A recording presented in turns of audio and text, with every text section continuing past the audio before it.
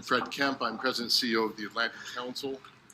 And you're at Saudi Arabia's transformation to the changing global context.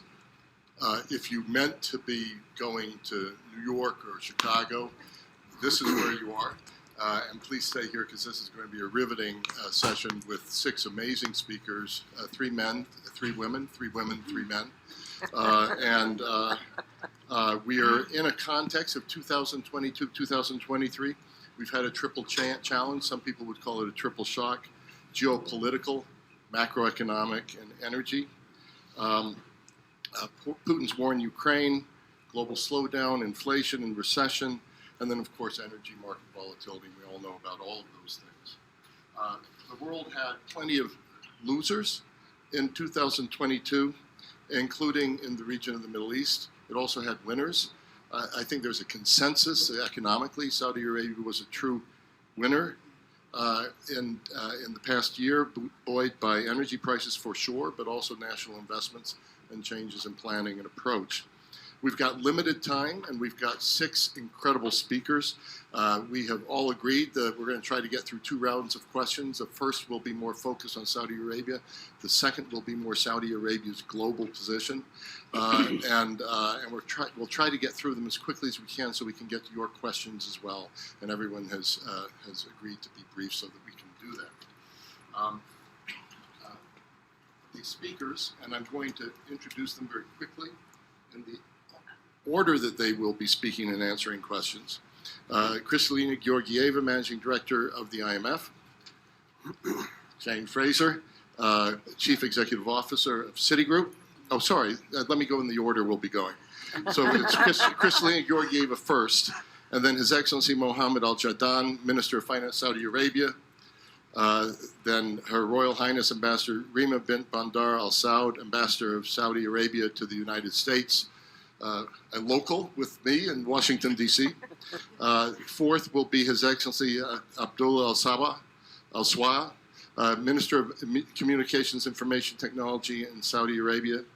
Fifth then will be Jane Fraser, the Chief Executive Officer of Citigroup. And then finally, His Excellency Bandar Alkhorayef, the Minister of Industry and Mineral Resources in Saudi Arabia. So let's get right to it. Kristalina Georgieva, Managing Director of the IMF. In October 2020, she won the Atlantic Council's, this is my only commercial moment, the Atlantic Council's highest honor, our Distinguished Leadership Award for her contributions to a better world. She traveled to Riyadh October 2022, so very recently, announced the establishment of an IMF regional office in Riyadh. And so I wonder, Madam Managing Director, whether you can set the scene for this panel in 2 ways. First of all, where is the global economy currently going, very briefly, and what's your assessment of its trajectory? But then, where does Saudi Arabia fit into this picture, since we're trying to start this first round, focus a little bit more on the Saudi picture? Well, great. Thank you for inviting me to be part of this panel. When I visited Saudi Arabia, I was incredibly impressed by the progress that the country has made in implementing Vision 2030 and becoming a bright spot for the world economy and, of course, in its own region. And that is happening in particularly difficult time for the world. We have experienced unthinkable events, the pandemic, war in Ukraine, and the consequences in terms of energy and food prices skyrocketing, creating cost of living crisis for hundreds of millions of people. With inflation being high, central banks have no choice but to tighten interest rates, and that throws cold water on the prospects for growth. So if I'm to give you the 60 seconds version of our outlook, 2023 growth would continue to decelerate. We expect it to bottom out towards the end of the year. In other words, better times lie ahead. But we would continue to face very significant uncertainties because of the war, because of the fact that we don't quite yet know how China's reopening will impact growth in China, and because of the continuous fight against inflation through tightening of interest rates. Even if inflation seems to be finally moving in the right direction, there is a long way to go. So difficult 2023 with some hopes for swinging up in terms of growth prospects.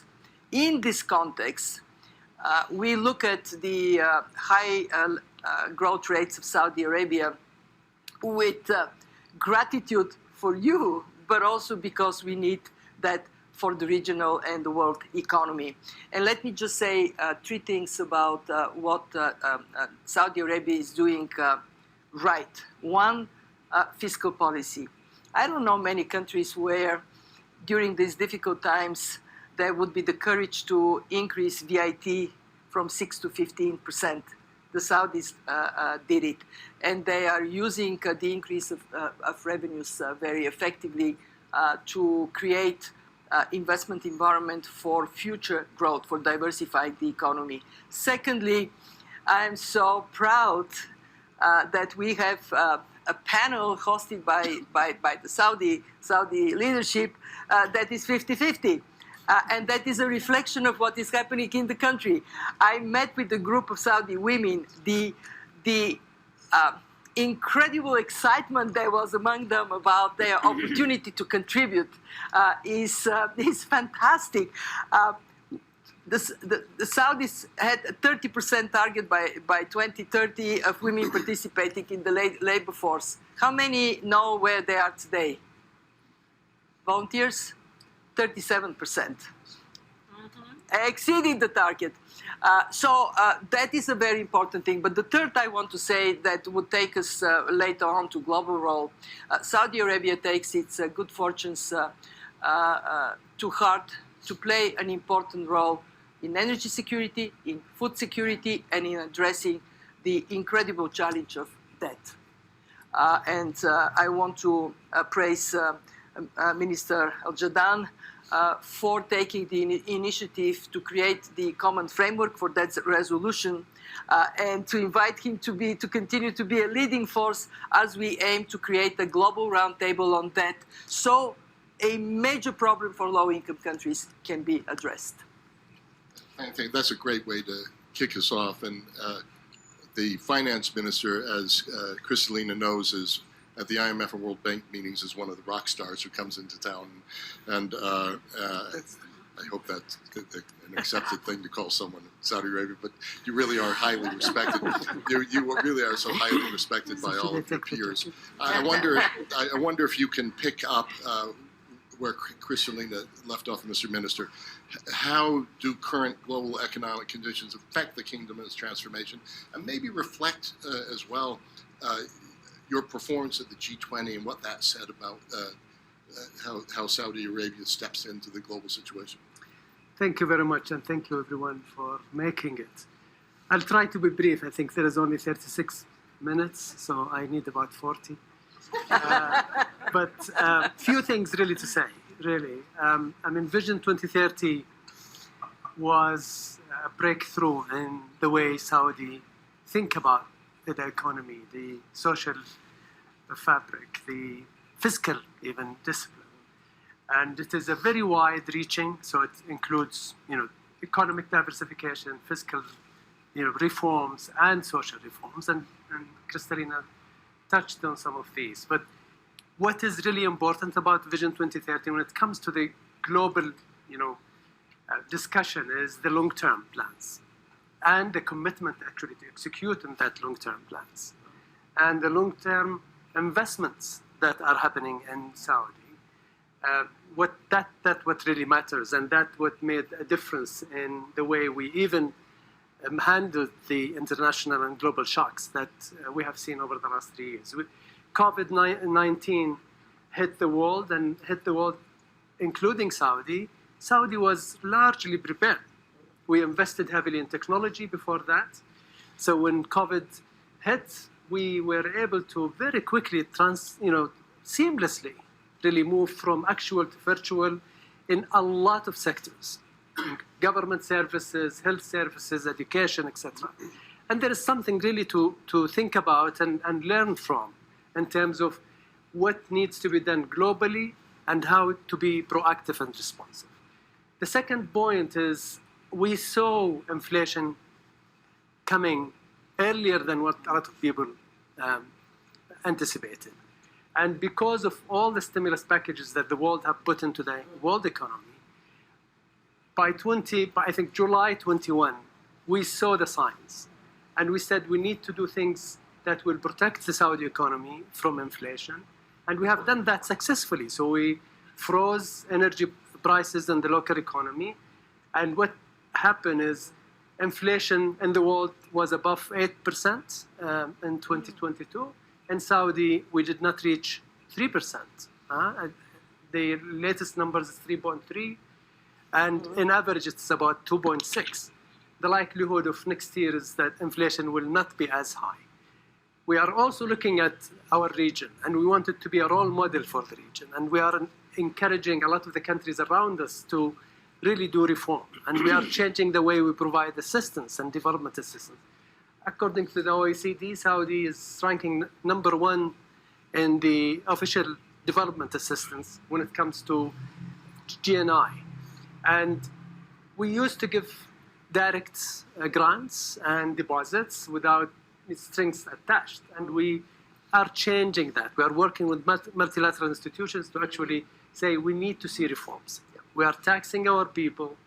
We are expecting also others to do the same, to do their efforts. We want to help, but we want you to also to do your part. So in short, there is a lot of work that is being done to insulate Saudi economy, but also to help the global economy. Thank you so much, Mr. Minister. Princess Reema, first woman as ambassador in Saudi history. You're on all prominent lists of leading women, not just in Saudi Arabia, but in the world. We met when I was visiting Riyadh, and you were running the National Sports Authority. Unusual roles that you've played in Saudi history. What are the social dimensions of the challenge that we've heard about from the two speakers that preceded you? The social dimension of the challenge in Saudi Arabia, and then how is the country, how is the kingdom addressing it? The first challenge that we faced when we were asked to create this this national initiative, which was the National Transformation Program, was how do we look across the board and create the correct economic formula that has female inclusion in it as a baseline.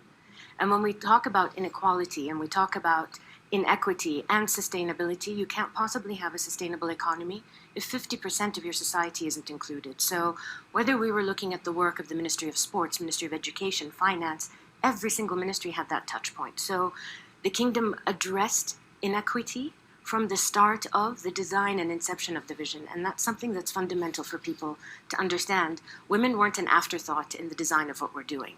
And in that process, we looked at where are we as a baseline, as a nation, and where do we need to go? And people ask, is what you're doing in the kingdom replicable? It is and it isn't.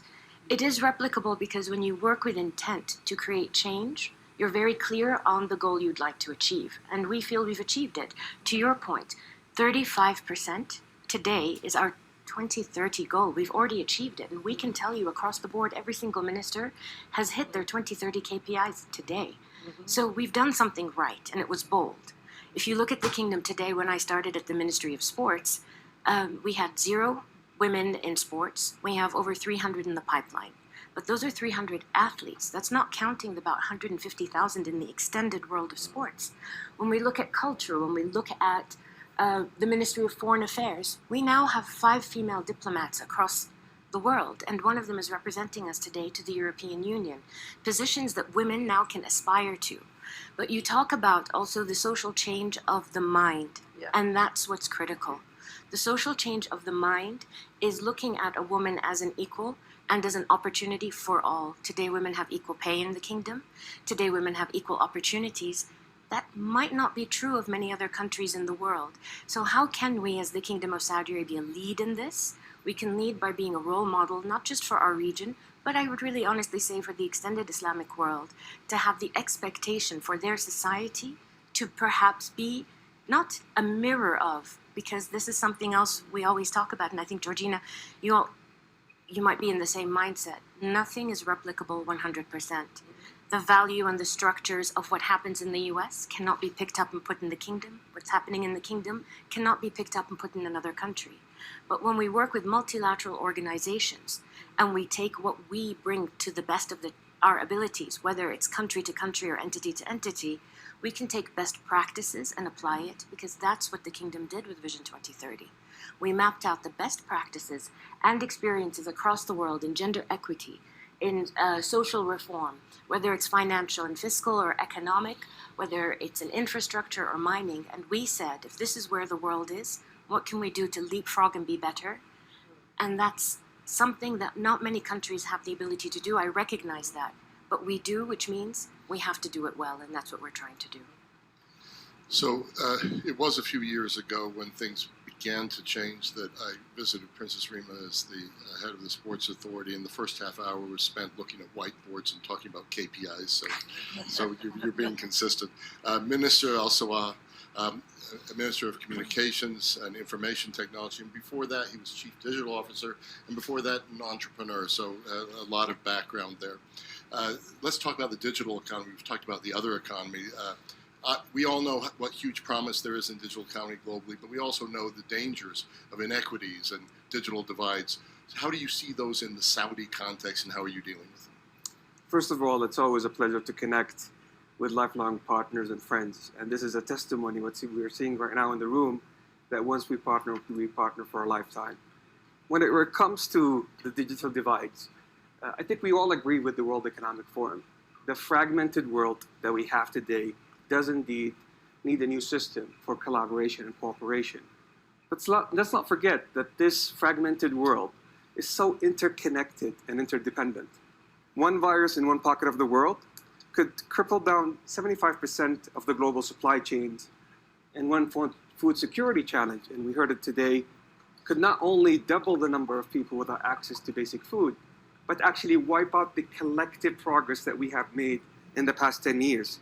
This is why the kingdom stands clear as your partner for choice for how we can bridge those global divides, how we can bridge those digital divides for a better tomorrow and a brighter future. On closing down the digital divides, I remember during the toughest year that humanity have seen in the past 90 years, during the G20 2020, under the leadership of His Royal Highness Prince Mohammed bin Salman, we drove consensus that we must connect the unconnected world. 2.7 billion people on the face of Earth don't have access to the internet, don't have access to education, remote work, and remote healthcare. This is completely not acceptable. We've commissioned a study during the G20 with the ITU and the World Economic Forum that is going to cost us around $500 billion to connect the unconnected world if we use ground networks. And this is why we have launched the NTN program, the Non-Terrestrial Network Program, in how we can connect the ground with space, with Earth. And we have done the first trial last year in which you have a 5G tower connected to a plane flying at 20 kilometers above the Earth, connected to a low Earth orbiting satellite. And this is going to connect the unconnected world for a fraction of the cost. There's so much polarization in the analog world. During that year, we have launched the Digital Cooperation Organization. Like-minded nations came together, 11, and we launched this year with WEF, Bridging the Digital Divides, a roadmap of how we bring those nations together. Last but not least, His Royal Highness touched base on it, and I have to share it in every Davos. This is one of the stories that we must share in every Davos. Women, inclusion, and empowerment in tech. This is the most audacious and bold reform story in the 21st century. We jumped from 7% to 32%. Mind you, this is higher than the EU average, G20 average, and also the Silicon Valley average. And it's not a surprise, and Her Royal Highness is a mentor to a lot of these women entrepreneurs.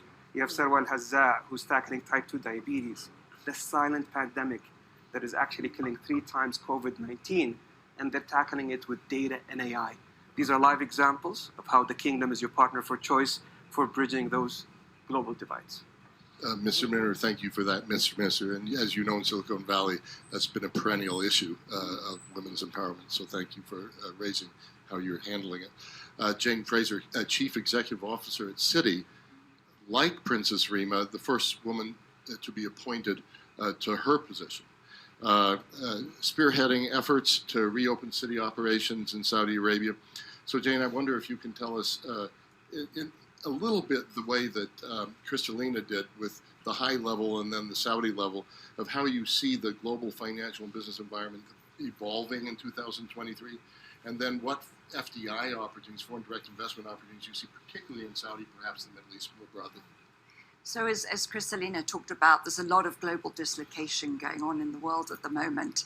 And so when one turns up in Saudi, looking at what are the opportunities from a business perspective, and you've seen Vision 2030, but then you arrive in the post-COVID world and you see what's happening on the ground. It's quite breathtaking.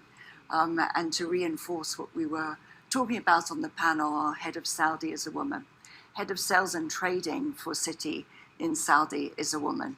Head of Middle East is a woman. And they predated me, so it's not just because I'm a woman running the firm. And I can see it live in terms of what we're talking about in the economic opportunity, a societal opportunity, but also I think when we see what's happening in terms of energy transition, where Saudi is really leading the way. So as a banker, one gets frightfully excited when you turn up and see what's going on, because it is a long-term vision at a point in the world where there is a real desire for long-term investment opportunities. And for the investors that we work with, this is an exciting opportunity. For the multinationals that a bank like Citi works with, this is an exciting opportunity to come in and participate in the rapid growth and the rapid change that's occurring in the kingdom.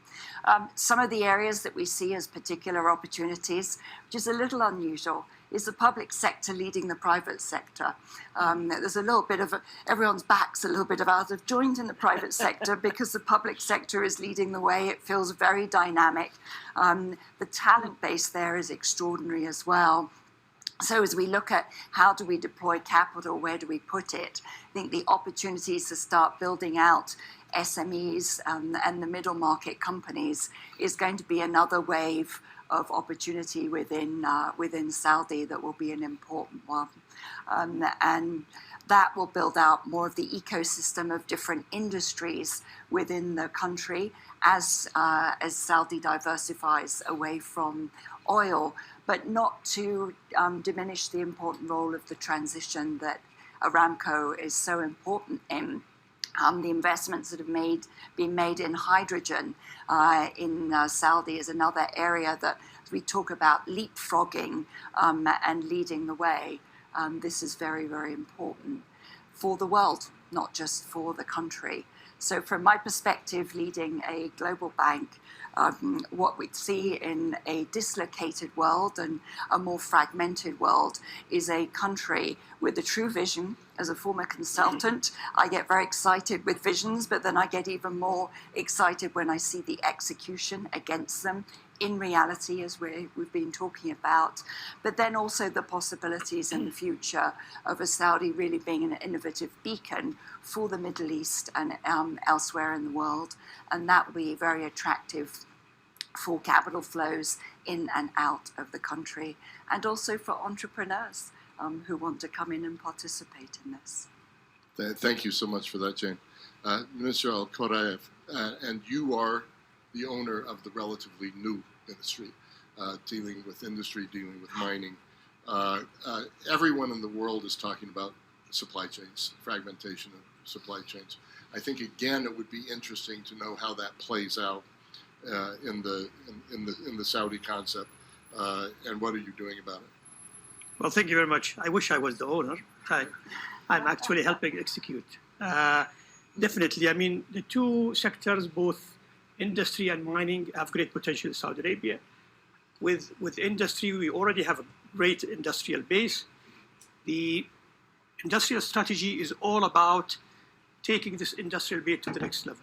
So it is aiming to create an agile, competitive, and sustainable industrial economy. It is it's a mixture of great targets when it comes to GDP, export, investment, but most importantly, it's the mix that we are trying to do and create within the country. The added value products, the complexity that we are trying to bring within the sector to be also a main exporter. The whole design of the sector is aimed to definitely to fulfill local demand and resilience, but also export is key. Export is key in the traditional sectors such as petrochemicals, but also the added value that we are creating in the different wealth that we have both in petrochemical or now with minerals. So this is a strategy that is also creating the future opportunities for our generation and generation to come. We bet on technology, we bet on advanced manufacturing, and that's why we are investing heavily. I think the connectivity that my colleagues, ministers have talked about is enabling the sector also to benefit from that to create the future of industry. With regards to mining, I think that's, since it's a relatively new sector in Saudi Arabia, I think it shows how, if strategies are science, implementation is art. And we have been able to show the art of implementation in a sector which is normally, it's a very heavy sector to move, but we have been able to show that Saudi Arabia, in a very small period of time, has been able to be a vocal point in the global mining community. In fact, we launched our Future Mineral Forum, which took place first edition last year, and only last week we had the second edition. It showed great interest from the global community because we are not focusing on our market. We realize that mining is an industry that had created a lot of, I would say, bad practices that we are working together as a global community to help and see how we can turn this industry into an added value to the regions in a social impact, from environmental impact. So the whole essence of the forum is really to bring the different stakeholders from governments, mining companies, financial institutions, academia in one platform in Riyadh, focusing on the sector, focusing also on how we can help the global community get the minerals and metals needed for the future of the net zero targets, future of manufacturing, and so on. Mr. Minister, thank you for that. Strategy, science, implementation, art. I like that. So we're going the second round. That was tight. The speakers were all very brief and a lot of information packed into there. But believe it or not, for this second round, you're going to have to be even briefer if we're going to get it done, because we're at 1/2 and we only have 15 minutes. And so probably, but let's get right into it because I think this is very useful conversation. So, Madam Director Georgieva, I wonder if you could talked about the issues facing the global economy. Now I wonder if you could talk about the highest global collaboration priorities, if you could get one or two. And then where would Saudi Arabia particularly have leadership there, whether it's energy security, food security, debt? Well, we have lived through great 3 decades when, after the collapse of the former Soviet bloc, we saw an integration of the global economy that gave an impetus to lifting up standards of living practically everywhere. Within these 3 decades, we quadrupled the world economy. Sorry, we tripled the world economy. We quadrupled emerging market developing economies, doubled advanced economies. But now the PC dividend is gone because of Russia's invasion. And we recognize we live in a more shock-prone world. What is the impact? Number one, we see a reversal of the best achievement we have had, which is bringing poverty numbers down, bringing the number of people going to bed hungry down. These numbers are going up. And unless we recognize that this is not only morally wrong, but it would undermine security for all of us and take action, I think we would be living in a worse world than we have enjoyed in these last decades. What does it mean and where Saudi Arabia fits? Number one, we need to increase the well-being of people by just growing the world economy. And we know that we grow it faster when it is an integrated economy, when we trade with each other. We do have to recognize the necessity to improve the resilience of supply chains and that security of supply matters, but not drive it to a point that makes us poorer. We have run a study. It says if we are careful how we adapt to this security of supplies, it would cost us only 0.2% of global GDP. If we are not careful, if we slip into protectionism on a massive scale, it would cost us 7% of global GDP, $7 trillion, not affordable. And I count on Saudi Arabia to continue to be a force of global integration. Secondly, I count on Saudi Arabia to lead in the adaptation to a changing climate, not only in the transition to clean energy, but in how we are going to feed the world's people when water is running short. How can we make agriculture more sustainable so we can succeed? And I know you're doing a lot of research on that. And finally, I want to stress the importance of generosity.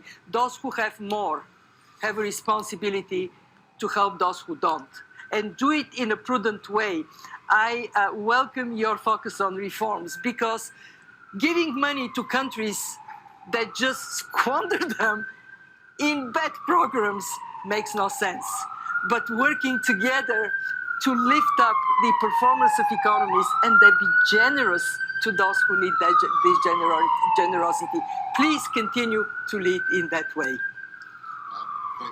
Thank you so much for that sharp comment. We continue the second round, the lightning round. Minister Al-Jadaan. We haven't talked about China, and that is another thing that's just happened in the news, the visit of President Xi Jinping in December, and coming with him $50 billion of investments. What role, this is a big shift in the geopolitical scene, what role does this relationship now play for Saudi Arabia? Thank you very much, and I think this is actually an important question, but also I would take a wider approach. I think China is very important for Saudi. It is the largest trade partner of Saudi Arabia, but also the US is a very important and strategic partner. We are looking to enhance our relationship with Europe. We are actually advancing our relationship with Latin America, with Asia. So our aim is really to bridge the divide. Our aim is to be a force of communication, and we are encouraging communication, whether it is China, the US, or others.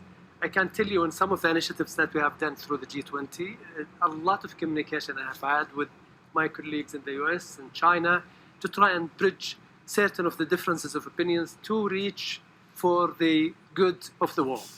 A common framework is one. Food security, we've been working with Indonesia to try and find solutions to the global food security. Energy security, we are playing a very important part, whether it is in conventional energy or in renewable energy, including hydrogen and others. So we are really trying, and you're asking and Saudi Arabia to play their part. We are playing our part, and you can count on Saudi Arabia to continue playing that part. Thank you so much. Princess Reema, I'll go from China to the United States. I live in Washington. I see that it's not always easy to be the Saudi ambassador to the United States.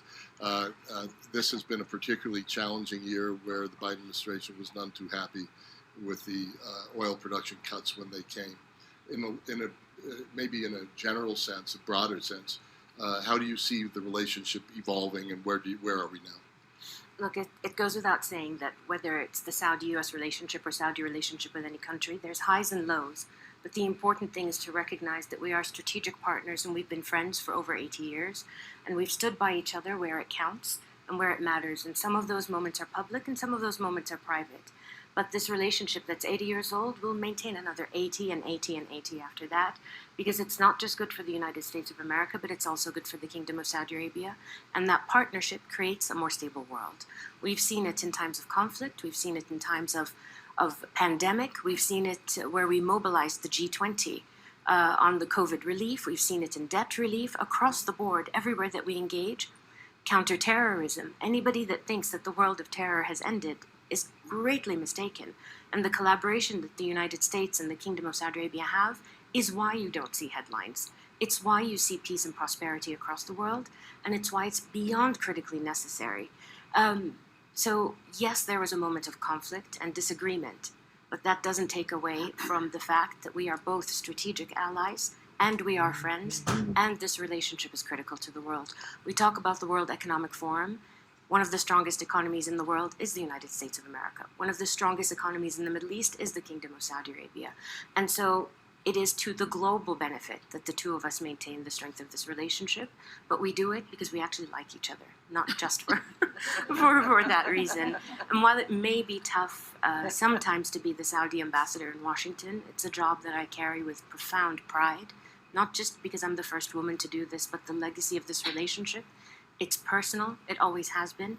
Our students have come to the U.S. for tens of years, and the best of the best that's in today's Saudi government studied in the United States. So we have a debt to the U.S., and as much as the U.S. has a debt to us.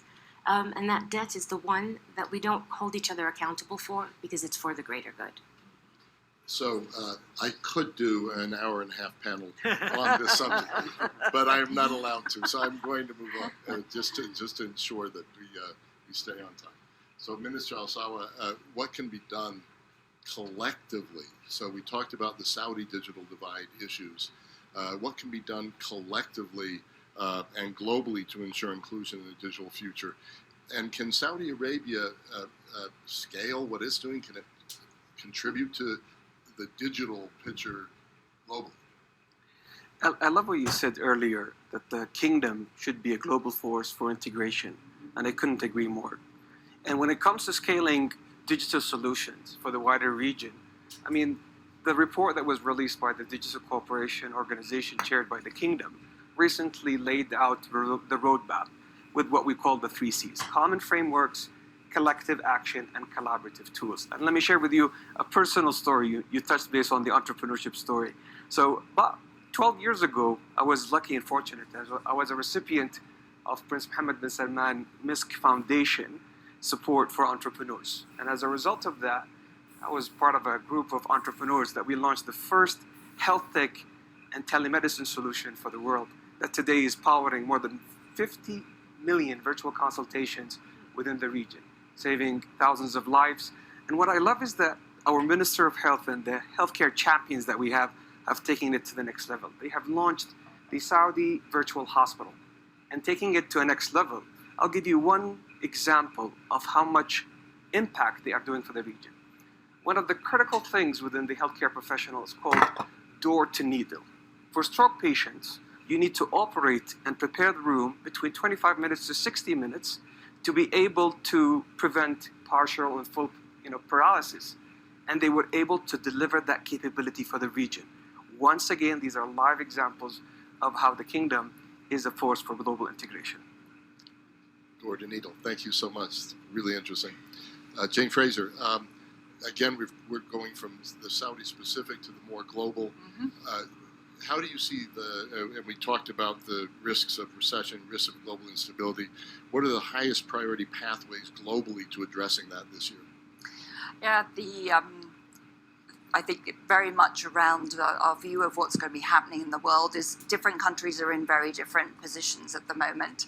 And so we're expecting to see a rolling series of country recessions around the world. At the moment, we've seen the tail risks coming in a little bit more. It's been, although yesterday was not a case in point, a warmer winter in Europe. We've obviously seen some very good news from an economic opening and a slightly more bent to market-friendly measures in China as they open up, albeit with a short-term cost on the human health component. But China also opening up is important for the world. And in the States, a very strong labor market and what's likely to be a recession there, but something that is pretty manageable. So it's quite a choppy time in the world. High level of interest rates with central bank tightening likely to continue. So when you look at where Saudi can play a role, is not just as we've talked about, which is a sort of role model that makes everyone in the Middle East up their game, and not only from the societal and other changes, but its ability to focus on some of the longer term impacts in the world. So what is happening in Africa, an area I know I've spent a lot of time talking with our friends and colleagues in Saudi about the food security issues that Kristalina was talking about. How do we build out transmission networks in Africa? What are other areas that Saudi can play an important role? Similarly, conversations in India, one hears a lot of discussion about Saudi Arabia as well, China, all around the world, and as we've all talked about, an important friend of the United States and a partner. So I think in this dislocated and challenging world, that leadership role that Saudi can play, given its economic strength and the dynamics going behind it, can play an important role on some of the providing solutions to longer term issues, whilst others are a little bit more focused on tactical or pressing immediate issues. Thank you so much, Jane. I see our clock ticking down a little bit. This may be the last question. I'm going to look for some of our organizers. But Minister Alkhorayef, I wonder if you could talk about how you're going to achieve the huge ambitions of industrial strategy. So the goal is to triple the country's industrial domestic product, double the value of industrial exports. I love stretch goals, but are these achievable? Thank you. I was hoping for the same question they had. Anyway, I will take a shot. Definitely, as I said earlier, I mean, today the opportunities that we see in both industry and mining are just enormous, and the ambitions of the country is beyond local market. If we look at our petrochemical industry, we today represent almost 6% plus of the global market in petrochemical, where 85% of our petrochemicals is exported. If we just do the math and see how much we can convert from that amount to be added value within the country, we will see how significant we can create in terms of growth, just with the downstream chemicals. Now, if we look at the other 12 sectors that we have chosen, they were chosen carefully because we either have a competitive advantage that allows us to grow very fast, or they create an important part of our resilience, in such as food security or pharmaceuticals or so on. So, and therefore we are mindful of the fact of the growth, that ambitions that we have need to be also fueled with two very important things. One is technology. We are betting in technology again. We are creating an ecosystem, first of all, regulation, but most importantly, enabling the private sector to invest in the right technologies that allow these production facilities produced beyond the global average. And secondly, which I think is the most important bet we have in the country in general, not only in industry and mining, is our human capital wealth. The human capital wealth today in Saudi Arabia is tremendous in terms of their engagement, their ability to engage, especially in new technologies, their ability to grow, their ability to innovate. So if you add to this the RDI ecosystem that we are creating, and how it will enable us to continue building on the human capital. And we talked about execution, we talked about engagement of women and so on. And I also say that the engagement of youth today in Saudi Arabia is tremendous. I have 5 kids, 4 girls and 1 boy. And the way I see how they are interested in what the government is doing is just enormous. I mean, when I was their age, I never cared what the government is doing. And today, to see these kids really, they understand what we are doing, they question what we are doing. So it's a challenge for me at home, but I think it's great. Well, I'm very happy for your challenge at home. That's a wonderful. I think it's got to be the ending. I'm looking at my. It is. Yes. 0000. So the tyranny of the clock, I'm afraid. But let me just close by saying 2 things. First of all, what a great thing to fill up this room. It's a little harder to get here, but I actually like the Ker Park. I like this area, and so just terrific that you all came. It's a full house.